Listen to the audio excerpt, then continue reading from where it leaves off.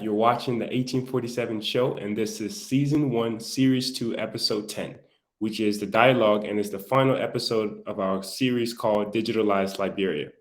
This series has highlighted individuals solving real problems by integrating technological solutions to make Liberia a digitalized nation. For this dialogue, we've gathered some bright minds who are pioneering the development and advancement of IT in Liberia. It is evident that these individuals are driven by passion, and we're hoping that their passion for IT and Liberia fuels a productive dialogue today. So tell us a little bit about yourselves before we get started, who you are, and what's your passion, what's driving you. Mr. Jones, you can go ahead. Okay, so I'm Chris B. Jones, and I lead the easy market. Our activities now, I think we are going to our 4th year in this business. So I've been quite passionate about how we can use technology to support businesses, but also position our country on the global stage. Yes, thank you very much.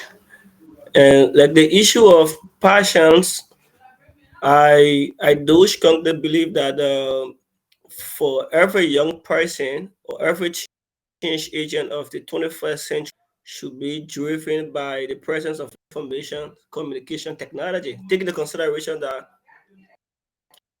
there is across go across technology, like actually go across our knowledge based economy. So the biggest elephant in the room right now is a female not being present. Of course, during this series, we did interview one person who was a female, and that's Shalom Masale. She is an instructor, computer science instructor at the American school.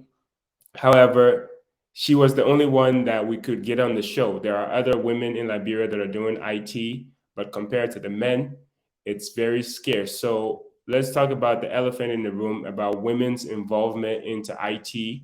And each of you can just talk briefly about, how that is within your specific line of work, and maybe what are you doing to help change that for the better. And we can start with Mr. Jones.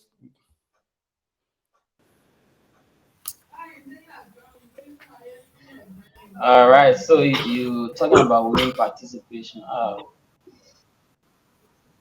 Okay, so that's a very good question. It's not really that popular, especially for seeing women participation in tech along with business, really tech of entrepreneurship. But a few Liberians females are doing that also, right? I have someone like Hatina Clone, a few Liberian females doing it, but it's very not popular. So it's something that we need a lot of people to do. But again, I think it's a milestone that is being achieved because initially we didn't have a lot of females even in the tech sector, right? And now we have some of them part of the ecosystem. But to move from being just in the tech space and learning about technology to developing companies and running tech businesses, that isn't as popular as I wanted to be. But again, I'm sure that maybe in the next few years things will change and we can see a lot of females running tech businesses. What would make women to become more involved? But yeah, so it starts from the educational perspective. I think the knowledge first needs to be available. And a lot of institutions are already offering that. You have people like Orange, and a lot of people is supporting females with knowledge. That's one. Also, people females need to find in the industry, right? I have this mentor and someone that she's looking up to. So other females need to hold major stake in different companies and a lot of young aspire to be like them. One good case of that is the CEO of Taping Liberia, who is a female. So if more females are heading major businesses that focus around tech and innovation, I think it'll empower a lot of females and motivate a lot of young girls to come to that space. But I sure the next few years will be quite exciting and we will see a lot of females running tech focused businesses in the country, but we don't know until then. Yeah, you made a good point about other businesses getting involved and trying to step in by having educational seminars and stuff. So hopefully that has an influence in the field. Mr. Kwan, what is your take on the subject? Women's involvement in IT. So when it comes to female participation within the technology space in Liberia, I think it's very much crucial and it has to be looked at from a more holistic and effective point of view. Now, over the years, we've seen less amount of females actively participating within the tech space in Liberia, and then there are a couple of challenges that they are faced with. Um, like for me, one example, when I started my study BSc study, I had about 10 females in my class.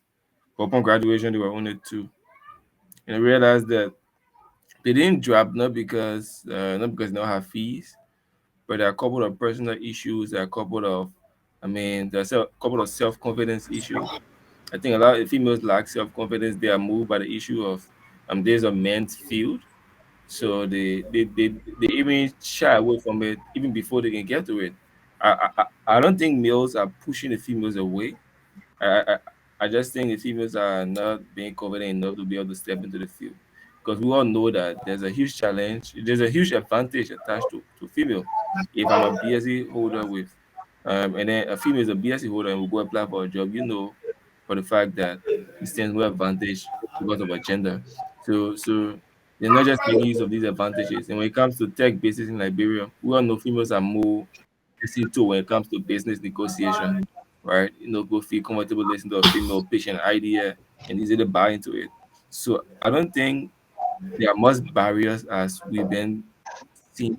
I think everything just boils down to a few females trying to stand up and then being able to set a mark that other females can follow. It's more about foundation. It's more about mindset change. So everything is just mindset related. I don't know from other perspective, but I don't think there are a lot of barriers right now when it comes to females standing up and doing what they need to do. Ellen Johnson stood up and she's where she is. Today the LTA commissioner is a female, sitting commissioner female. All around the world, we're females taking position. Today the IT personnel for the Ministry of Gender is a female. And we're seeing females all around in the justice system, in the court, all around. So there's nothing stopping females from going where they need to go. Mr. Tingba, what's your take on the discussion so far? Yeah, so I think the field of STEM that has to do with science, technology, engineering, mathematics is a field that you barely find women into. And this problem does not only affect Liberia, there's a global issue. So the issue of female finding career path in IT is something that is lacking globally because they feel that the IT field to the male counterpart, not the female. Not that they are not strong enough to acquire people within said profession, but they just feel that okay, this profession is just set aside for men.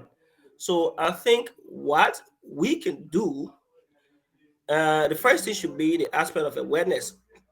Today you find most female into nursing. How they got into nursing? Because they got interested to the attire of their friends. What they see their friends wearing nursing attire and think. How you see so many young people going to banking and finance because they feel that when they go to the bank to pay money, they find out that those bankers they are always needed dressed and they feel that they have all of the money. So one of the things that I think we need to do that has to do with the awareness. That make the people to understand that okay, female find a career path in IT is tend to benefit this. But they feel that bankers make more money than technician in Liberia. That's the first mindset because banker dress more than the technician, the IT technician. So once we make it understand that the female, if you find a career path within IT, you still to benefit this. Mind you, in IT, you are not compared to be a programmer. And you are not compared to be a network engineer. There are other IT professional fields that you can go and acquire paper into. But with that, we should start the awareness from high school. High school should be the first place of point where we will make people already understand the importance of technology. The last time on the show, how will someone graduate from school? They do not even know the importance of what they're going to do. They do not have a career development program within high school. So people graduate in Liberia, they only get influenced by friends or they get influenced from what they see.